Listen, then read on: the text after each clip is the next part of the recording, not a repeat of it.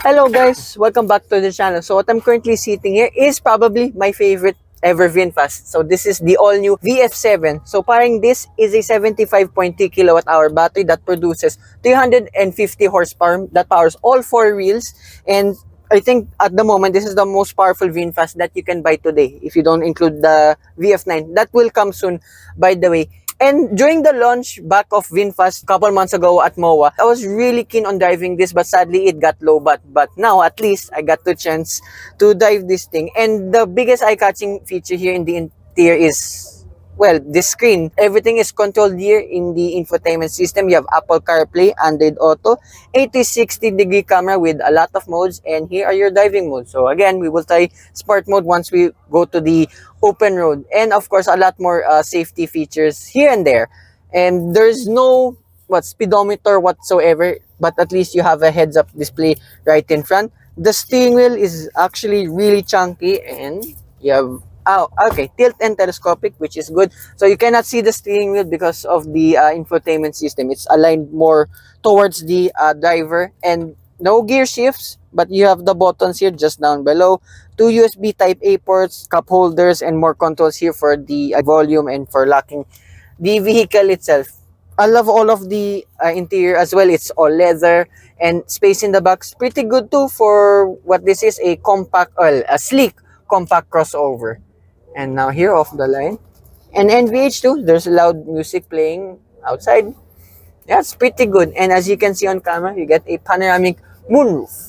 So it's a little bit weird now with this steering wheel because it's a lot smaller than I expected, but at least you have all of your functioning buttons for your adaptive cruise controls and for your phone connectivity. And here, just gonna go here first in this rocky part of the test route. Okay, going over bumps is actually really comfortable as demo. Even though you sit, well, kind of high, the design makes it look lower than usual, but the ground clearance of this too is 190 millimeters. And handling so far, okay, there's a lot of heft with this steering wheel, not to my surprise, because EVs tend to be a lot lighter than usual. This one, okay, there's some sporty character already with this. So the driving modes may have a little bit effect too with the steering wheel. So we're just now here on eco mode for now, and here now on the open road as well. These are running on, I think, 17 or 18-inch wheels.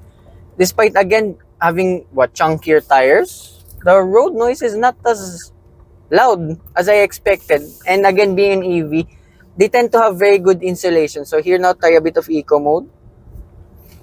Okay, so it's hesitating a bit. Remember, we're not in the extreme sport mode yet, but again, we'll try that in a bit. The handling, I would say, is a little bit of a surprise for me. There's a lot more heft than I expected, but of course, if you're gonna drive this on the twisties, I think this will be hell a lot of fun to drive. And here now, let's try a bit of normal mode. Ooh. All right. And few more snippets I found here in the infotainment system. This is why I left the VF7 in the first place. You have seat ventilations and seat warmers if you want. And more stuff here, like for the driving modes, there's a creep mode. So if you're just like that, off the brake. Again, a little bit of a nitpick, just being honest. You have to control, once again, everything here in the infotainment system. And this VF7 is equipped with blind spot monitoring. And wait for a bit of the open road. So we're just here now in normal mode, and I like the heads-up display. Displays to the adaptive driver assistance features if needed. And compared to eco mode now, normal is of course a lot more responsive. Then of course if you go to sport now, it's a little bit more crazier. Let's try it. Oh my wow.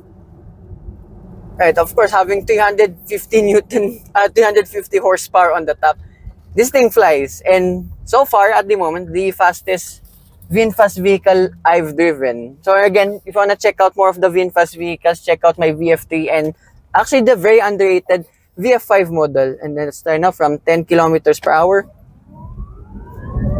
Oh, okay. Wow. This is really quick.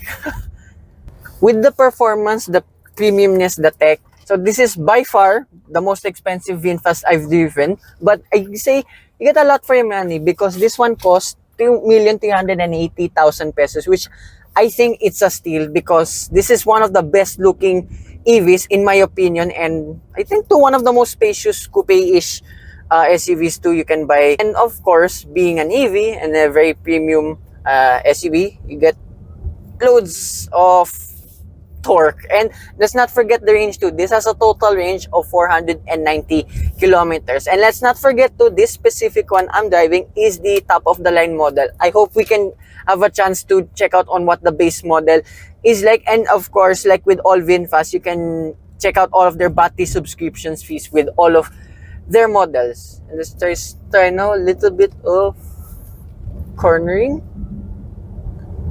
Okay, almost flat, but it flies so much. Which is, of course, to be expected for a very powerful EV.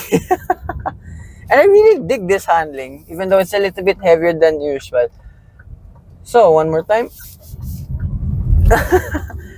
Alright, so that concludes my review of this VinFast VF7. So I'd like to thank everyone here at VinFast Philippines, here at the Autofocus Test Drive Festival, and to Sir Khris Liangco of VinFast Aseana for making this test drive review possible. So, hope you guys like and subscribe, and I will see you with hopefully with more VinFast reviews. Bye-bye.